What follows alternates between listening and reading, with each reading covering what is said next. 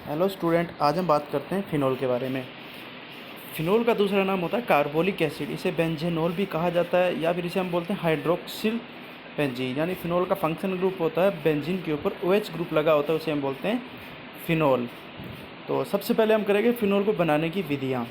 तो फिनोल हम बना सकते हैं बेंजीन सल्फोनिक एसिड से। अगर बेंजीन सल्फोनिक एसिड के हम सोडियम हाइड्रोक्साइड के साथ रिएक्शन करवाते हैं तो OH का न्यूक्लियोफिलिक अटैक होता है C6H5 यानी बेंजीन पे, और SO3Na यहाँ निकल कर सोडियम के साथ जुड़ के Na2SO3 के रूप में बाहर निकल जाता है।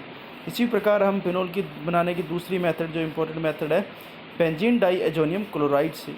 कि जब भी हम बेंजीन डाईएजोनियम क्लोराइड को डिस्टिलेशन करवाएंगे, स्टीम डिस्टिलेशन करेंगे, इसका H2O से रिएक्शन करके क्या करेगा, फिनोल बनाएगा प्लस N2 प्लस HCl। तो ये जो रिएक्शन होगी वो होगी ARSN1 यानी एरोमेटिक न्यूक्लियोफिलिक सब्स्टिट्यूशन रिएक्शन कहा जाता है। और मेनली जो एरोमेटिक न्यूक्लियोफिलिक सब्स्टिट्यूशन रिएक्शन यानी ARSN1 जो रिएक्शन होती है वो डाईएजोनियम कंपाउंड्स के अंदर होती है। अब हम बात करते हैं नेक्स्ट रिएक्शन की। तो फिनोल हम बना सकते हैं फिनोलिक एसिड यानी सैलिसिलिक एसिड जिसे हम बोलते हैं। इसकी क्रिया हम सोडा लाइम के साथ NaOH, सोडा लाइम क्या होता है, सोडा लाइम होता है NaOH प्लस CaO, इसे हम बोलते हैं सोडा लाइम। सोडा मतलब सोडियम हाइड्रोक्साइड, लाइम मतलब इसे हम CaO को बोलते हैं क्विक लाइम, वहाँ से लाइम लिया गया है। तो डिकार्बोक्सिलेशन कर देगा ये, और इसमें 1:3 यानी NaOH का और SeO का हम लेते हैं। तो जैसे ही इसकी रिएक्शन करवाई जाती है तो OH यानी इसमें जो C डबल बॉन्ड OH यानी कार्बोक्सिलिक एसिड है, वहाँ से CO2 के रूप में वो निकल जाएगा, H जहाँ कार्बन जुड़ा था वहीं जुड़ जाएगा, और इस प्रकार फिनोल बनेगी प्लस Na2CO3 बनेगा। इसी प्रकार हम फिनोल बना सकते हैं ग्रिगनोड रिएजेंट से। ग्रिगनोड रिएजेंट की हम रिएक्शन ऑक्सीजन से करवा के, अगर ऑक्सीजन से करवाने पर ऑक्सीजन एटम से एटम में क्या होता है, इलेक्ट्रोफिलिक होता ही है, और ग्रिगनोड रिएजेंट के साथ जो कार्बन उस पर नेगेटिव चार्ज एक न्यूक्लियोफाइल है वो अटैक करता है ऑक्सीजन के साथ, C2H6H5O MgBr बनता है। जैसे हाइड्रोलाइसिस करवाते हैं तो बनता है फिनोल। इसी प्रकार हम फिनोल बना सकते हैं बेंजीन का ऑक्सीडेशन करके। ऑक्सीडेशन हम करवाते हैं V2O5 की प्रेजेंस में ऑक्सीडेशन करवाते हैं, टेम्परेचर 300 डिग्री देते हैं तो बनता है फिनोल। और फिनोल के जो बनाने का नेक्स्ट मेथड है क्लोरोबेंजीन से। तो फिनाइल क्लोराइड, इसकी रिएक्शन करवाते हैं हम एक्वस NaOH से, यानी ARSN2 रिएक्शन करवाते हैं। ARSN2 रिएक्शन होती है, OH अटैक करता है, Cl बाहर निकल जाता है।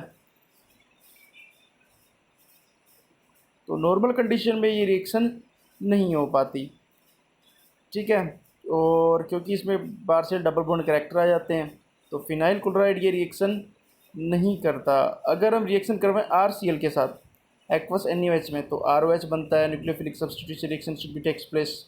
लेकिन जब फिनाइल क्लोराइड से रिएक्शन करवानी हो तो हमें हाई टेम्परेचर लेना पड़ेगा, क्योंकि हाई टेम्परेचर के प्रेजेंस में ही रिएक्शन पॉसिबल है। नॉर्मल कंडीशन में यानी रूम टेम्परेचर जैसे 298 केल्विन टेम्परेचर पे ये पॉसिबल नहीं होता, और लगभग केल्विन में अगर टेम्परेचर देखें लगभग 500 केल्विन टेम्परेचर पर ये reaction should be takes place, यानी पॉसिबल हो जाती है। और अगर हम ऑर्डर देखें न्यूक्लियोफिलिक सब्स्टिट्यूशन रिएक्शन का, तो सबसे ज़्यादा जैसे इलेक्ट्रॉन विड्रॉइंग ग्रुप जुड़ते जाएंगे तो इसकी रिएक्टिविटी जो है, जो न्यूक्लियोफिलिक सब्स्टिट्यूशन की रिएक्टिविटी बढ़ती जाएगी। जैसे NO2 एक लगा दिया, फिर 2 NO2 लगा दिए, फिर 3 NO2 लगा दिए, तो 3 NO2 लगाने पर उसकी एक्वस NaOH से नॉर्मल कंडीशन में यानी न्यूक्लियोफिलिक सब्स्टिट्यूशन रिएक्शन आसानी से पॉसिबल है, और OH आसानी से अटैक करेगा, Cl यहाँ से बाहर निकल जाएगा। और फिनोल बनाने का जो इंडस्ट्रियल मेथड है वो है, फिनोल को हम इंडस्ट्रियल मेथड से बना सकते हैं, यानी जो middle oil fraction of coal tar distillation, यानी कोलतार जो हमें मिलता है उसका जो, उसमें 3 पार्ट होते हैं उसके, प्राइमरी, मिडल और लास्ट। वो जो होता है मिडल के अंदर ये फिनोल पाया जाता है।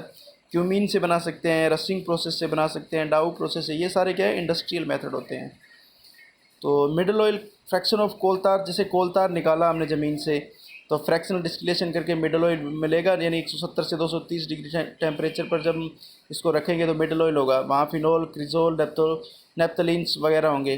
तो फिर इस मिडल ऑयल से कोल और नेप्थलीन को अलग कर लेंगे। लिक्विड जो होगा उसमें क्या होगा, लिक्विड को NaOH से रिएक्शन करवाएंगे तो C6H5ONa बनेगा। फिर CO plus H2O sulphuric acid से रिएक्ट करवाने पर C6H5OH यानी फिनोल बनेगा, प्लस ये Na2CO3 बाहर निकल जाएगा।